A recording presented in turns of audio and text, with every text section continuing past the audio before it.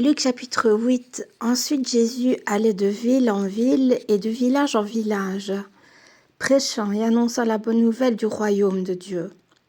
Les 12 étaient avec lui, et quelques femmes qui avaient été guéries d'esprits malins et de maladies, Marie, dite de Magdala, de laquelle étaient sortis 7 démons, Jeanne, femme de Chouza, attendant d'Hérode, Suzanne et plusieurs autres qui l'assistaient de leurs biens.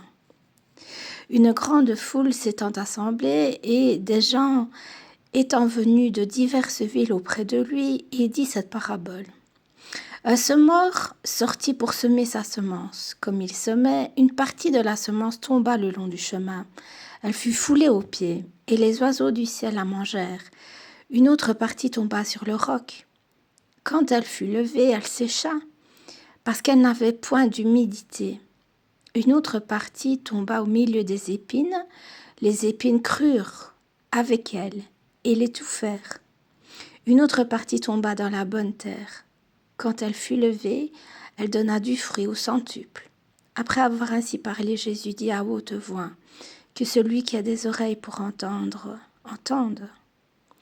Ses disciples lui demandèrent ce que signifiait cette parabole.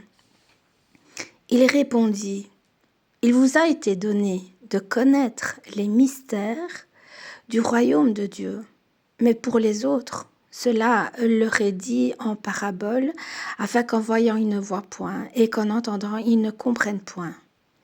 Voici ce que signifie cette parabole. La semence, c'est la parole de Dieu. Ceux qui sont le long du chemin, ce sont ceux qui entendent. Puis le diable vient et enlève de leur cœur la parole, de peur qu'ils ne croient et soient sauvés. Ceux qui sont sur le roc, ce sont ceux qui, lorsqu'ils entendent la parole, la reçoivent avec joie, mais ils n'ont point de racines. Ils croient pour un temps et ils succombent au moment de la tentation. Ce qui est tombé parmi les épines, ce sont ceux qui, ayant entendu la parole, s'en vont et la laissent étouffer par les soucis, les richesses et les plaisirs de la vie. Et ils ne portent point de fruits qui viennent à maturité. Ce qui est tombé dans la bonne terre, ce sont ceux qui, ayant entendu la parole avec un cœur honnête et bon, la retiennent et portent du fruit avec persévérance. Personne, après avoir allumé une lampe, ne la couvre de vase ou ne la met sous un lit, mais il la met sur un chandelier, afin que ceux qui entrent voient la lumière.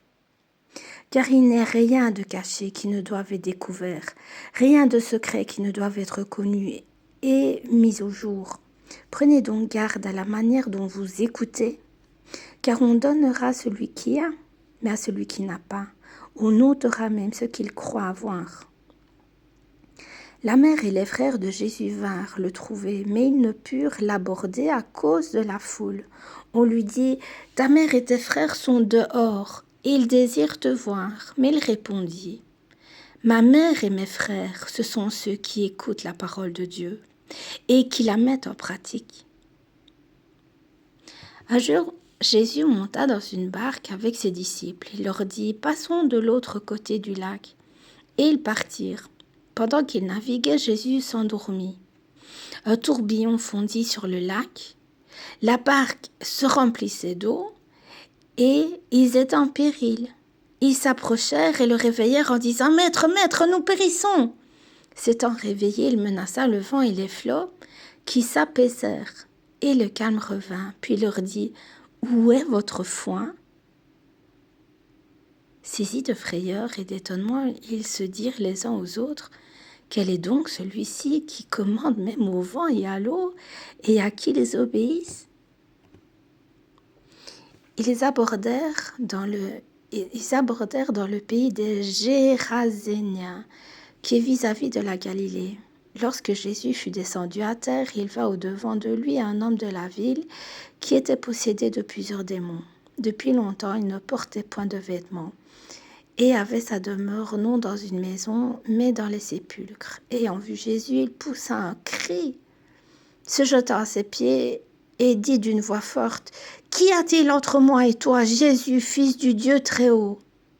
Je t'en supplie, ne me tourmente pas. » Car Jésus commandait à l'esprit impur de sortir de cet homme, dont il s'était emparé depuis longtemps. On le gardait lié de chaînes et les fers aux pieds. Mais il rompait les liens et il était entraîné par le démon dans les déserts. Jésus lui demanda, « Quel est ton nom ?» « Légion, répondit-il, car plusieurs démons étaient entrés en lui. Et il prit instamment Jésus de ne pas leur ordonner d'aller dans l'abîme. Il y avait là dans la montagne un grand troupeau de pourceaux qui paissaient, et les démons supplièrent Jésus de leur permettre d'entrer dans ces pourceaux. Il le leur permit. Les démons sortirent de cet homme, entrèrent dans les pourceaux, et le troupeau se précipita des pentes escarpées dans le lac, et il se noya. Ceux qui les faisaient paître, voyant ce qui était arrivé, s'enfuirent et répandirent la nouvelle dans la ville et dans les campagnes. Les gens allèrent voir ce qui était arrivé. Ils vinrent auprès de Jésus et ils trouvèrent l'homme de qui étaient sortis les démons, assis à ses pieds, vêtu et dans son bon sens. Et ils furent saisis de frayeur. Ceux qui avaient vu ce qui s'était passé leur racontèrent comment le démoniaque avait été guéri. Tous les habitants du pays des Géraséniens prièrent Jésus de s'éloigner d'eux, car ils étaient saisis d'une grande crainte. Jésus monta dans la barque et s'en retourna. L'homme de qui étaient sortis les démons lui demandait la permission de rester avec lui, mais Jésus le renvoya en disant « Retourne dans ta maison et raconte tout ce que Dieu t'a fait. » Et il s'en alla et publia par toute la ville tout ce que Jésus avait fait pour lui. À son retour, Jésus fut reçu par la foule, car tous l'attendaient. Et voici, il vint un homme nommé Jaïrus, qui était chef de la synagogue. Il se jeta à ses pieds et le supplia d'entrer dans sa maison, parce qu'il avait une fille unique d'environ 12 ans, qui se mourait. Pendant que Jésus y allait, il était pressé par la foule. Or, il y avait une femme, atteinte d'une perte de sang depuis 12 ans. Et qui avait dépensé tout son bien pour les médecins sans qu'aucun eût pu la guérir. Elle s'approcha par derrière et toucha le bord du vêtement de Jésus. Au même instant, la perte de sang s'arrêta. Et Jésus dit, « Qui m'a touché ?» Comme tous s'en défendaient, Pierre et ceux qui étaient avec lui dirent, « Maître, la foule t'entoure et te presse et tu dis qui m'a touché ?»